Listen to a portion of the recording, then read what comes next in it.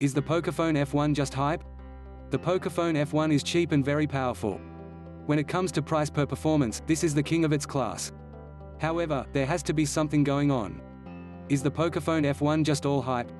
Let's take a look at the not so positive side of the phone and see if it still make you want to buy it.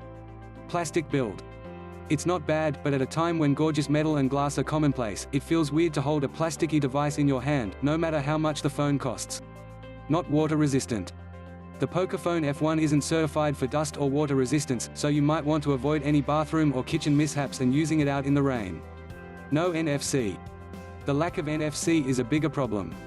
You won't be able to use the Pocophone F1 for your contactless card payments via Google Pay. Weird software design. The app icons does not look polished. The phone's settings menu behaves a little differently. Finding particular settings is a lot trickier than the stock Android experience.